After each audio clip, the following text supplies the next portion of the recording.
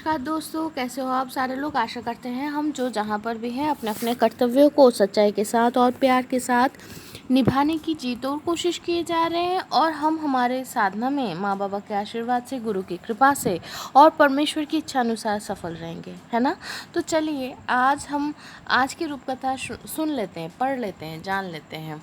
तो हम पढ़ रहे हैं भिनदेशी रूपकथा ग्रिम्स फेरी टेल्स की। ये जो बांग्ला अनुवाद है जिसका संकलन किए हैं श्री धीरेन्द्र लाल धौर और इस किताब की और जो प्रकाशित हुई है किशोर भारती से। तो इस बुक से हम खूब सारे बेसिकली कहानियाँ हम पढ़ चुके हैं। तो आज पढ़ लेते हैं अगली कहानी, भेक कुमार। भेक मतलब क्या है, चलो हम जान लेते हैं। भेक मतलब बेसिकली है, भेक शब्द का बांग्ला अर्थ दो प्रकार का हो सकता है। एक है आप छद्मवेश धारण कर रहे हो, मतलब you are getting in disguise. और दूसरा है भेक मतलब टोड, इसको क्या कहोगे, मेंढक, है ना। तो भेक कुमार मतलब मेंढक कुमार। चलिए शुरू करते हैं। एक थे राजा और राजा की जो बेटी थी, मतलब राजकुमारी, वो शाम के समय झरना किनारे गई थी।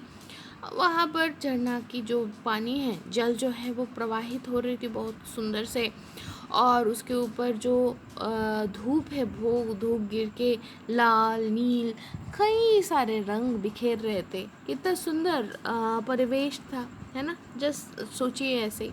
तो राजकन्या जो है झरना के किनारे बैठी हुई थी और राजकन्या के हाथ में, राजकन्या बोलो राजकुमारी बोलो जैसे भी बोलो, तो राजकुमारी के हाथ में एक सुनहरा बॉल था, है ना, बॉल थी आई सपोज। तो वो गलती से वो गिर गई वो पानी में। अब वो सुनहरी तो थी लेकिन वो थी लकड़ी से बनी हुई, तो वो तैरते हुए आगे चली गई। अब राजकुमारी को तैरना नहीं आता था, वो तैरना नहीं जानती थी। तो वो रोने लग गई, वो सोचने लग गई कि अरे अब कैसे उसको उठाए। तो वो गाती रही कि कोई मेरा ये बॉल ला दो, कोई मेरा बॉल ला दो मेरे लिए।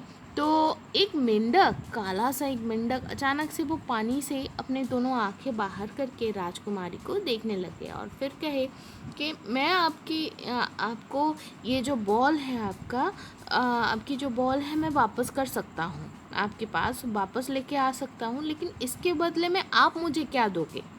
तो राजकुमारी कहने लगी, हाँ तुम दोगे तो ठीक है, तुम जो चाहोगे मांगोगे मैं तुम्हें वही दे दूँगी, जैसे पैसा, हीरे मोती, जो भी आपको चाहिए।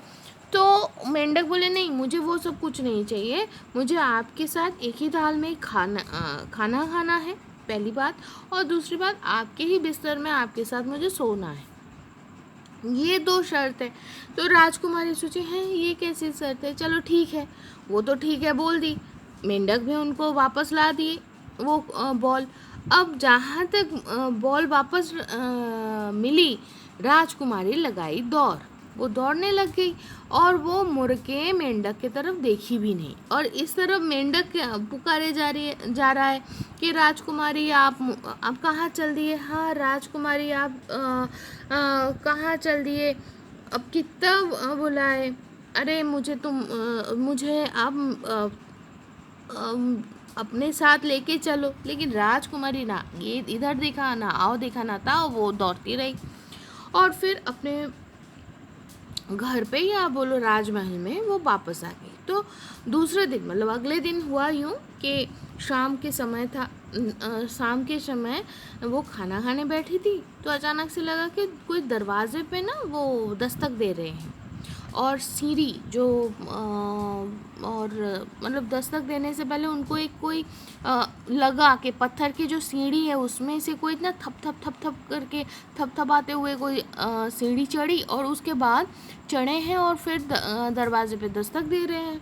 और फिर दस्तक देते देते ऐसे वो बोलने लगे, दरवाज़ा खोलो राजकुमारी, दरवाज़ा खोलो।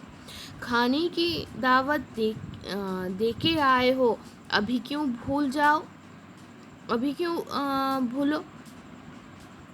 तो ऐसी वो बोलने लगी तो राजकुमारी दरवाज़ा खोल दी। तो मेंढक को देखकर वो चौंक उठे और फिर दरवाज़ा बंद कर दिए। तो राजा बैठे थे वहाँ पर, वो बोले अरे क्या हुआ, कौन बुला रहा है। तो राजकुमारी बोले एक बड़ा सा वो मेंढक है, काला सा वो मेंढक, वो कल वो झरने के किनारे झरने से मेरा जो बॉल गिर गई थी, वो बॉल मुझे उठा के ला के दिया था, बोल के वो सारा जो घटना घटी थी वो पूरा सारा व्याख्या कर दिए, है ना। तो राजा बोले राजकुमारी को कि देखो, अगर तुमने अपने ज़ुबान दिए हो तो तुमको तो ये अगर ये ज़ुबान दिए हो तो तुम्हें ये मानना पड़ेगा। तो और क्या करे भाई, राजकुमारी आखिरकार दरवाज़ा खोल दिए। फिर जो मेंढक हैं, मतलब जब खोल रहे थे तो तब भी मेंढक कहने लगे कि दरवाज़ा खोलो राजकुमारी, दरवाज़ा खोलो, खाने की दावत दे के आए हो, अभी क्यों भूलो। तो ये तो बोले जा रही, तो जो भी है दरवाज़ा तो खोल दिए राजकुमारी।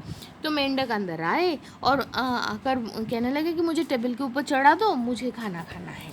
तो ठीक है भाई, टेबल के ऊपर चढ़ा दिए राजकुमारी और फिर राजकुमारी के थाल के बगल में बैठ के वो खाना खाने लगे बहुत ही आराम से।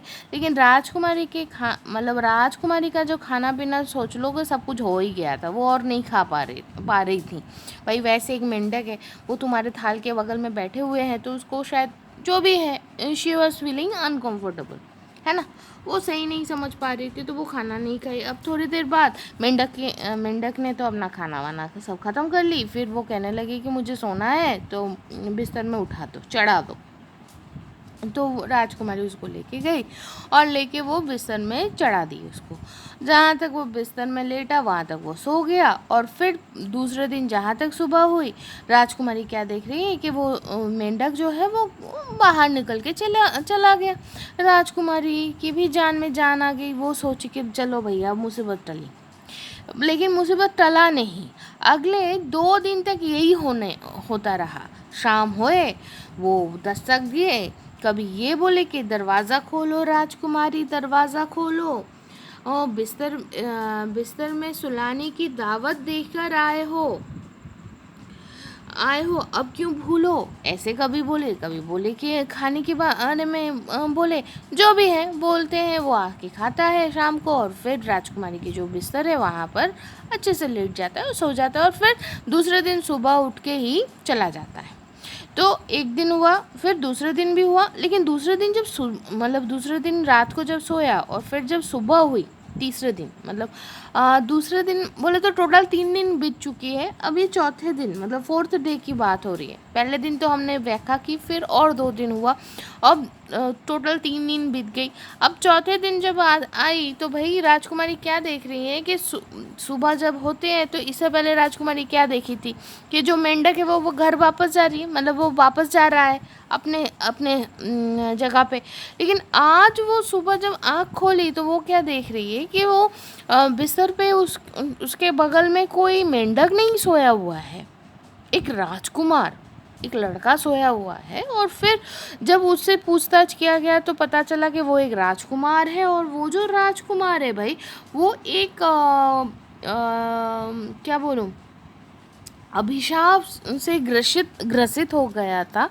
और जिस अभिशाप का तोड़ यही था कि भाई अभिशाप से ग्रसित हो गया था तो इसीलिए वो मेंढक बन गया था।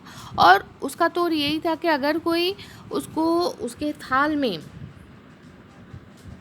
अगर कोई राजकुमारी अपने थाल में अगर तुमको खिलाती है और अपने बिस्तर में सुलाती है 3 दिन तक लगातार, तो तभी तुम्हारे ये जो अभिशाप है वो कटेगा, है ना। तो अब राजकुमारी से जैसे भी हो भाई, वो अभिशाप का तोड़ मतलब एंटीडोट तो मिल गई, वो राजकुमार बन गए। तो फिर राजकुमारी राजकुमार को लेके अपने पिताजी के पास जाती हैं और राजकुमार अपना सारा व्याख्यान बताते हैं राजा को, मतलब राजकुमारी के पिताजी को, यानी कि राजा को। तो फिर बहुत धूमधाम से दोनों की शादी करवा देते हैं राजा। और राजकुमार अपनी अपने साथ राजकुमारी को अपने घर लेके जाते हैं, है ना।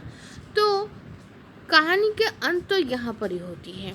तो यहाँ पर कहा जा रहा है कि बाहर जितना भी कोई कुरूप हो, है ना, कितना भी कुरूप हो, बाहर की वो कुरूपता को देखकर कभी भी विचार नहीं किया जाना चाहिए। ये है मॉरल ऑफ द स्टोरी। ऐसे ही लिखा गया है, लेकिन इसके साथ साथ और भी कुछ हम सोच सकते हैं, है ना। जैसे हमेशा अपना सत्यनिष्ठा, है ना, जो तुमने बोला है उसमें तुम्हें पालन करना चाहिए। और दूसरी बात ये भी है कि समझबूझ के काम करना चाहिए ना। एक बॉल गिर गई है, ठीक है, अच्छी बात है, आप उसको पाना चाहते हो, बहुत अच्छी बात है, लेकिन जब आपको कोई कुछ ऐसा शर्त दे रहा है तो आपको सूझबूझ के साथ सोचना चाहिए कि भाई वो शर्त सही में मानना चाहिए या नहीं। बॉल गया, अब गया, तुम घर पे वापस आ सकते हो, है ना। तो बहुत कुछ हम एक ही कहानी से बहुत कुछ सीख सकते हैं। तो आज के लिए यहाँ तक ही है ये कहानी। याद रखना है कि ये ग्रिम्स फेरी टेल का से लिया गया है, यानी कि जर्मनी की कहानी है, रूपकथा की कहानी। तो आज के लिए यहाँ तक ही, फिर मिलते हैं, टाटा।